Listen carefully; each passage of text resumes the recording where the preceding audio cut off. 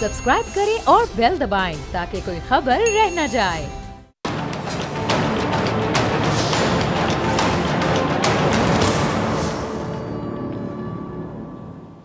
Welcome back. अब बात करेंगे तहरीक इंसाफ की लॉन्ग मार्च की तैयारियां, अटक में एक और कामयाब जलसा, दूसरी जानिब वज़ीर आज़म शहबाज शरीफ की लंदन में नवाज शरीफ से अहम बातचीत। तो लंदन में क्या अहम फैसले होंगे, इस पर बात करने के लिए मेरे साथ मौजूद है सीनियर रहनुमा तहरीक इंसाफ रियाज फतियाना साहब। रियाज साहब बहुत शुक्रिया ज्वाइन करने के लिए। इमरान खान के जलसों में बड़ी तादाद में लोग आ रहे हैं और अटक में एक और बड़ा जलसा, तो आपको क्या लगता है कि लॉन्ग मार्च से पहले ही इलेक्शन का ऐलान कर दिया जाएगा? देखें, जितना पब्लिक प्रेशर बिल्ट हो चुका है, पूरे पाकिस्तान में एक रेफरेंडम हो चुका है। जो जलसा भी रेफरेंडम होता है ना, जब लाखों लोग आ जाएं अपनी तौर पर, अपने पैदल, मोटरसाइकिलों पे, ट्रैक्टर ट्रालियों पे, तो उससे अंदाज़ा होता है कि अवाम में कौन मकबूल लीडरशिप है। ये तो साबित हो गया कि इमरान खान पाकिस्तान की सबसे मकबूल लीडरशिप है, जिसको 5 साल का मैंडेट अवाम ने दिया था, जिसके साथ ज़्यादती हुई, साजिश हुई, मदाखलत हुई और उनको एक गैर इखलाकी, गैर सियासी, गैर जमहूरी तरीके से इक़्तिदार से अलग किया गया, जिस पे शदीद रिएक्शन है पाकिस्तान के अंदर भी, बाहर भी। हमारे जो पाकिस्तानी कम्यूनिटी रहती है और ये जलसे इस बात का इजहार हैं। इसलिए जितना डिले करेंगे, अब नून लीग भी फंस गई है, मेरा ख्याल वो ट्रैप हुई है, वो गलती कर बैठी है, सियासी खुदकशी कर चुकी है। आपने लंदन में देखा होगा, जो तस्वीर शेयर हुई है मीडिया पे, ऐसे लगता है जैसे सारे लड़कर बैठे हुए हैं आपस में। लगता है मियाँ नवाज शरीफ साहब ने इनकी बहुत इनको कान पकड़ाए, इनकी फारसी मरम्मत की है सबकी। इससे अंदाज़ा इनके चेहरों से यहाँ है कि ये परेशान है। जितने दिन डिले करेगी नून लीग, उतना इसका वोट बैंक और कम होता जाएगा। मैं कहता हूँ दिन ब दिन महंगाई को ये कंट्रोल नहीं कर सके, बिजली की लोड शेडिंग ये कंट्रोल नहीं कर सके, सख्त गर्मी में लोग बगैर पंखे के बैठे हुए हैं और इतनी बद इंतज़ामी है। आपस में जमातों के दरमियान ट्रस्ट डेफिसिट है। हर कोई सदर बनना चाहता है, कोई ढेर सारी वजारतें मांग रहा है, कोई टिकट मांग रहा है, इनके दरमियान भी इंतशार है। एक पार्टी की हुकूमत नहीं चलती थी, तो 12 जमातों का फ्रंट बैठा हुआ है, जुगतू फ्रंट उनको कहते हैं, और बुनियादी तौर पर ये अवाम इनको मुस्तरद कर चुकी है। जितना ये डिले करेंगे, इनका वोट बैंक और कम होता जाएगा, क्योंकि अभी तो IMF का दबाव है, तेल की कीमतें ने बढ़ानी पड़ेंगी। इनके वफाकी वज़रा कह चुके हैं कि हमें तेल की कीमतें बढ़ानी पड़ेंगी। ये पॉसिबिलिटी है कि किसी भी वक्त इनको ऐलान करना पड़ जाए कि हम असम्बलियाँ तोड़ते हैं, आइंदा इंतखाबात करवाते हैं। जितना ये डिले करेंगे, मौजूदा घोस्ट हुकूमत जो है उतनी ये अनपॉपुलर होती जाएगी, हत्ता कि एक वक्त ऐसा आएगा कि खुदा ना खास्ता श्रीलंका जैसे हालात पाकिस्तान में ना हो जाएं। तो हम तो चाहते हैं पाकिस्तान में अमन हो, शांति हो, पाकिस्तान की यकजहती में इजाफा हो, यहाँ जमहूरियत का पौधा मुस्तहकम हो, आवाम को उनके हकूक़ दिए जाएँ जो आइन उनको फराहम कर रहा है।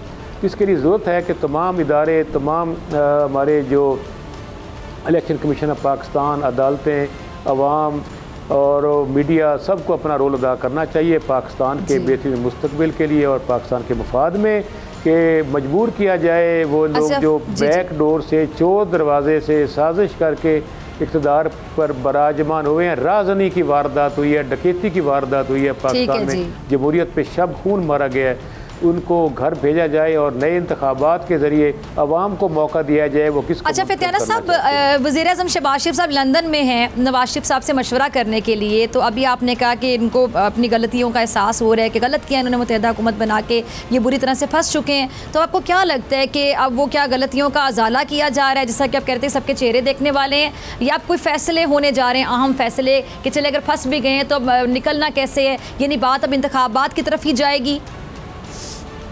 देखें, इनको जरदारी साहब ने याद करवाया कि असल मैंडेट तो आपका एजेंडा या प्रोग्राम, जो खुफिया प्लान था, वो था कि नैब को फारिग करना है।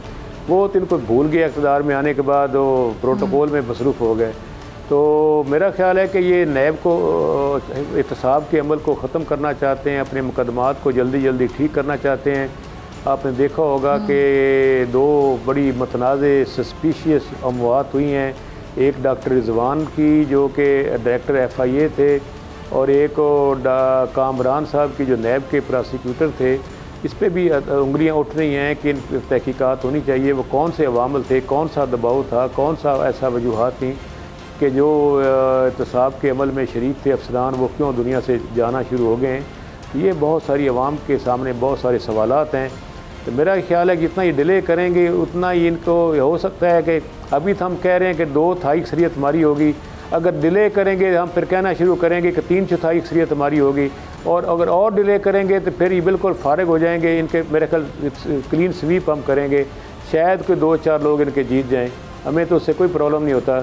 इनके अपने मुफाद में है कि फौरी इलेक्शन कराएं और कौम को इस ज़हनी इस्तराब से और इस हिजान से और परेशानी से निजात दिलवाएं जो कौम इनकी तरफ देख रही है, कि खुदा के लिए खौफ करें और इक़्तिदार की खातर कौम को सूली पे मत लटकाएं। ठीक है।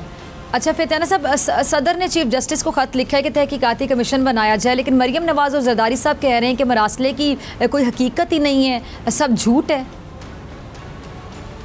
देखें, कौमी सलामती कमेटी की 2 मीटिंग्स हुई हैं, एक जब इमरान खान चेयर कर रहे थे और दूसरी दफ़ा जब शहबाज शरीफ चेयर कर रहे थे।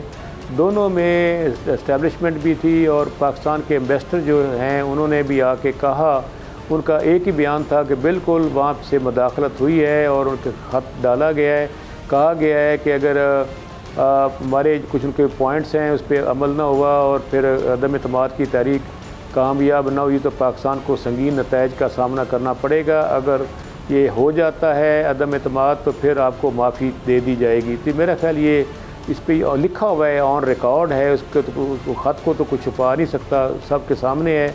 वो ख़त ऑलरेडी स्पीकर कौमी असम्बली जब थे असद कैसर साहब, वो भिजवा चुके हैं सुप्रीम कोर्ट के चीफ जस्टिस साहब को भी। तो अब सदर ममलकत ने भी वही ख़त लिखा है और ख़ुद जो डिफेंस एनालिस्ट हैं अमेरिका की, जो बड़ी मशहूर खातून हैं, उनकी स्टेटमेंट भी आ चुकी है। तो अब तो इस पर तो अब ना भी तहकीकात की जाए तो भी बात यहाँ हो चुकी है।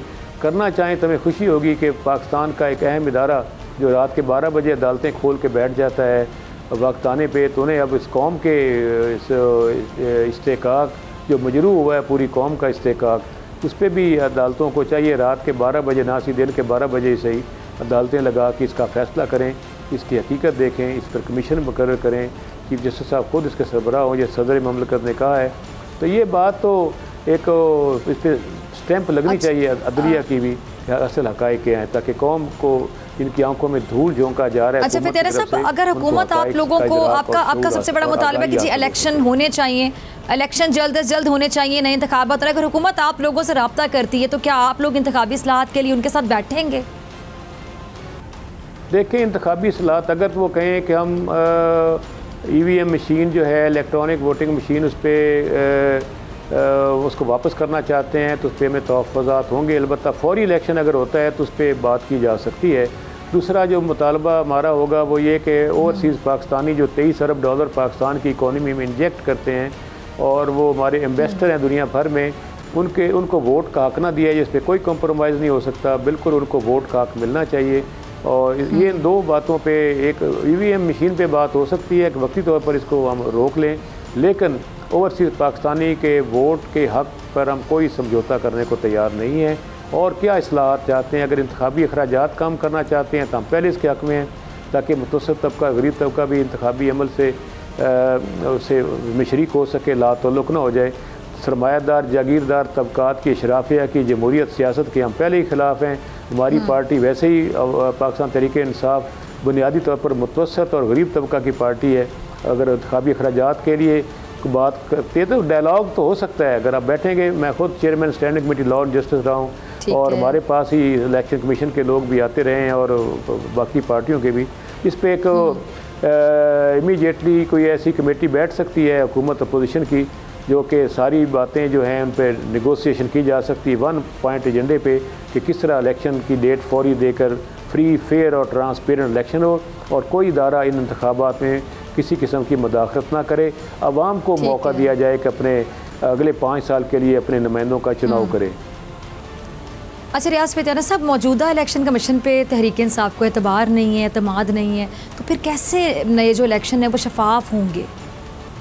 देखें, उस पर बैठ के बात की जा सकती है। इलेक्शन कमीशन में 2 अरकान तो पहले ही नहीं है, 2 मेंबर की सीट खाली पड़ी हुई हैं, इस पर भी बैठ के बात की जा। देखिए, जब नेगोशिएशन स्टार्ट होगी घोस्ट हुकूमत, इम्पोर्टेड हुकूमत की और हमारे दरमियान, उसमें कई चीज़ें तय हो सकती हैं। इलेक्शन कमीशन का मामला देखा जा सकता है और इंतखाबी इस्लाहात पर बात की जा सकती है, जो कौम के मफाद में होगा, और इंतखाब की डेट पर बात की जा सकती है, क्योंकि जब भी असम्बली तोड़ी जाएगी 90 डेज़ में इलेक्शन होना ज़रूरी है, और इलेक्शन कमीशन भी पाबंद है इस, और वैसे भी इलेक्शन कमीशन के अपने कहने के मुताबिक अगस्त में वो इलेक्शन करवाने की पोजीशन में है।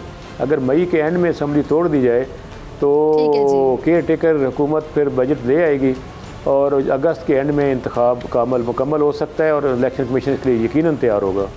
ठीक है, बहुत शुक्रिया आपके वक्त के लिए। नाज़रीन, आपसे मुलाकात होगी ब्रेक के बाद, और ब्रेक के बाद बात करेंगे कि डॉलर की बढ़ती हुई कीमत, मुत्तहिदा हुकूमत से महंगाई क्यों कंट्रोल नहीं हो रही, और मुत्तहिदा हुकूमत IMF से किन शराइत पे बात करेगी। मिलते हैं ब्रेक के बाद।